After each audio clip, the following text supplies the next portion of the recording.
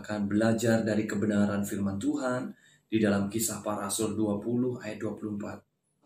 Di sini Paulus berkata bahwa ia tidak menghiraukan nyawanya sedikit pun, asal saja ia bisa mencapai garis akhir dan menyelesaikan pelayanan yang ditugaskan oleh Tuhan Yesus, yaitu memberi kesaksian tentang Injil kasih karunia. Apakah selama ini Injil kasih karunia atau kabar baik yang kita dengar adalah Injil kabar baik tentang kasih karunia Allah? Apakah selama ini Injil kabar baik yang kita dengar Injil kabar baik tentang Yesus Kristus? Mungkin kita berkata, memangnya ada Injil kabar baik yang lain? Di dalam Galatia 1 ayat 6-7, di sini Paulus berkata, "Aku heran bahwa kamu begitu lekas berbalik pada Dia yang oleh karena kasih karunia Kristus telah memanggil kamu." Kasih karunia Kristus adalah Injil. Jadi Allah telah memanggil kita melalui kasih karunia Kristus, melalui Injil, melalui kabar baik. Dengan kata lain, Paulus berkata, "Aku heran bahwa kamu begitu lekas berbalik daripada Dia yang oleh karena Injil telah memanggil kamu dan mengikuti suatu Injil yang lain yang sebenarnya bukan Injil." Jadi Paulus menyebut ada suatu Injil lain yang sebenarnya bukan Injil. Itu sebabnya kita harus berhati-hati. Kita harus mengerti tentang latar belakang jemaat di Galatia. Jemaat di Galatia adalah orang-orang yang diselamatkan oleh Injil Kristus melalui pemberitaan Paulus. Setelah Paulus pergi dari Galatia, maka datang orang-orang Yahudi ke Galatia membawa pengajaran tentang Yudaisme, hukum Taurat. Paulus mengajarkan tentang kasih karunia kepada jemaat di Galatia, bahwa mereka diselamatkan oleh karena kasih karunia Tuhan. Selanjutnya tetap oleh karena kasih karunia Tuhan, bukan karena perbuatan. Kemudian datang orang-orang Yudaisme ini mengajarkan kepada mereka tentang hukum Taurat. Selama iman kita kepada Yesus, kita selamat untuk selama-lamanya. Karena keselamatan kita tidak bergantung kepada perbuatan kita. Bagaimana sehingga kita menjadi orang yang benar? Apakah kita setia melakukan perbuatan yang benar? Tidak. Bagaimana Yesus menjadi berdosa? Apakah Yesus berbuat dosa? Tidak. Yesus tidak berdosa. Di dalam Dia tidak ada dosa. Yesus menjadi berdosa karena Yesus menerima dosa kita. Jadi bagaimana kita menjadi orang yang benar? Kita menjadi orang yang benar karena kita menerima kebenarannya Yesus. Apakah ketika Yesus menerima dosa kita, Allah tetap berkata, "Kamu tetap anakku yang paling aku kasihi. Kasih karuniaku selalu menyertai kamu di atas kayu salib"? Tidak. Ketika Yesus menerima dosa kita di atas kayu salib, Allah memperlakukan Yesus sebagaimana layaknya pendosa besar. Kita bisa tahu itu. Sebaliknya, waktu kita menerima kebenarannya Yesus, bagaimana Allah memperlakukan kita? Waktu kita menerima kebenarannya Yesus, maka Allah memperlakukan kita sebagaimana orang yang paling taat, paling benar di dunia ini. Dan kabar baiknya adalah kebaikan Tuhan dan berkat Tuhan akan selalu dinyatakan di dalam hidup kita. Haleluya. Banyak orang Kristen berkata, kita memang sudah diselamatkan oleh iman karena kasih karunia. Tetapi kita harus berjaga-jaga apa yang kita lakukan. Kalau kita hari ini diselamatkan, maka hati-hati bisa saja karena apa yang kita perbuat di kemudian hari, kita tidak selamat lagi. Menarik sekali ini. Perbuatan baik yang kita lakukan waktu kita masih menjadi orang berdosa sebelum kita selamat, apakah perbuatan baik kita bisa mengubah posisi kita menjadi orang benar? Tidak. Apa yang Adam lakukan begitu kuat, begitu berkuasa sehingga orang berdosa tidak bisa mengubah statusnya menjadi orang yang baik, mengubah statusnya dengan berbuat baik atau berbuat benar. Kemudian apa yang Yesus lakukan?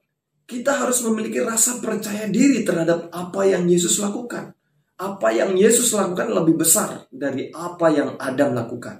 Alkitab mengatakan, jadi sama oleh ketidaktaatan satu orang, semua orang menjadi orang berdosa. Demikian pula oleh ketaatan satu orang, semua orang menjadi orang benar.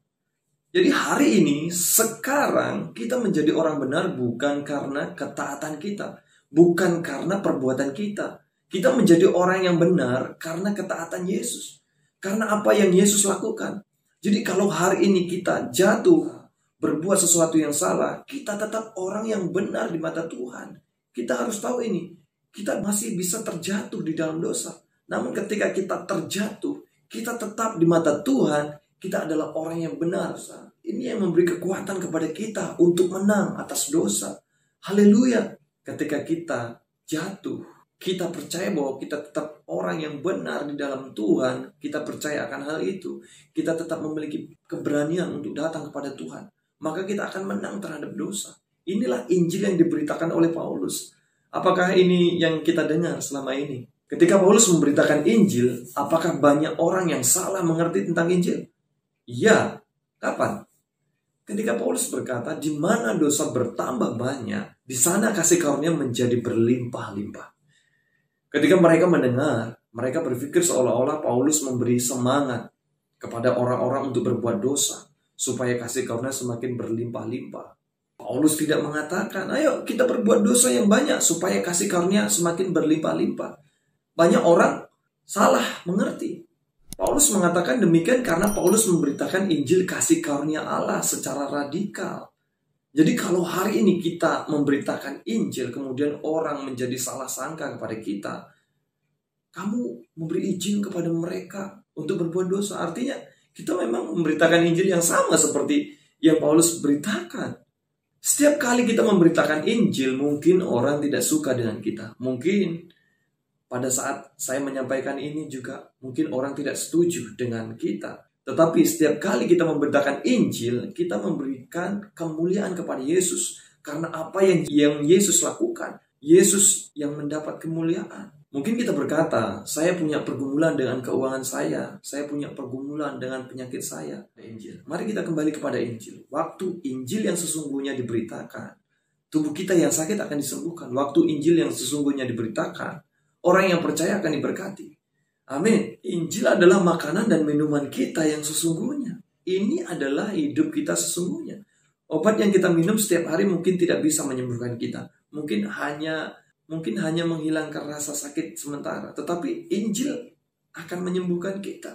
Roma 1 ayat 16-17 berkata, Injil adalah kekuatan Allah yang menyembuhkan, menyempurnakan, dan memproteksi setiap orang yang percaya. Karena di dalamnya nyata kebenaran Allah. Kalau kita sakit, kita harus mendengar Injil. Kalau kita bangkrut, kita harus mendengar Injil. Kenapa? Kalau kita percaya kepada Injil, di dalamnya ada kekuatan Allah yang menyembuhkan, menyelamatkan, memberkati kita. Amin. Di dalam Injil nyata kebenaran Allah. Injil tidak menyatakan dosa manusia, tetapi Injil menyatakan kebenaran Allah. Kebenaran di sini adalah pemberian. Dari iman kepada iman. Kebenaran adalah pemberian. Itu sebabnya iblis sangat takut. Kalau kita tahu bahwa kebenaran adalah pemberian.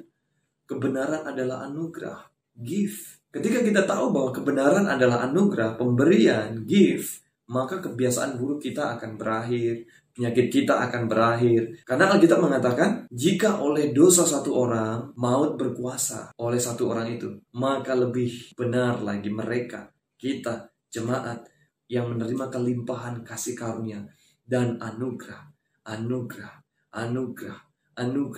anugerah kebenaran akan hidup dan berkuasa oleh satu orang, yaitu Yesus Kristus.